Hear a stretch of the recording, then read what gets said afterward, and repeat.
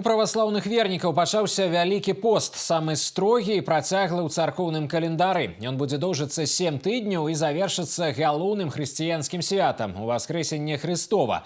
Вялікі пост – гэта не толькі час строгіх абмежаванняў у ежы, а і духоўнага ачышчэння. У гэты перыяд варта адмовіцца ад забаўляльных мерапрыемстваў і шкодных звычак і задумацца пра ўнутраны свет, пра стан душы, вызваліцца ад крыўды, злосці і зайздрасці. Галоўная сутнасць Вялікага посту ў тым, каб пранікнуцца любоўю і милосердностью да близких. Вспомнить о Боге, вспомнить о Творце, который каждого из нас вывел из небытия, дал нам жизнь.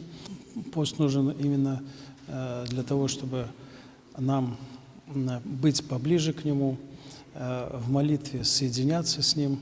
Когда мы отказываемся от какой-то тяжелой пищи, то нам легче мыслить о Боге, легче заниматься духовными делами, творить добрые дела с тем, чтобы мы вспомнили о главном, о смысле нашей жизни. Смысл нашей жизни – это вечность, это вечное пребывание с Богом после своей телесной кончины, вечное блаженство, и к этому мы должны стремиться.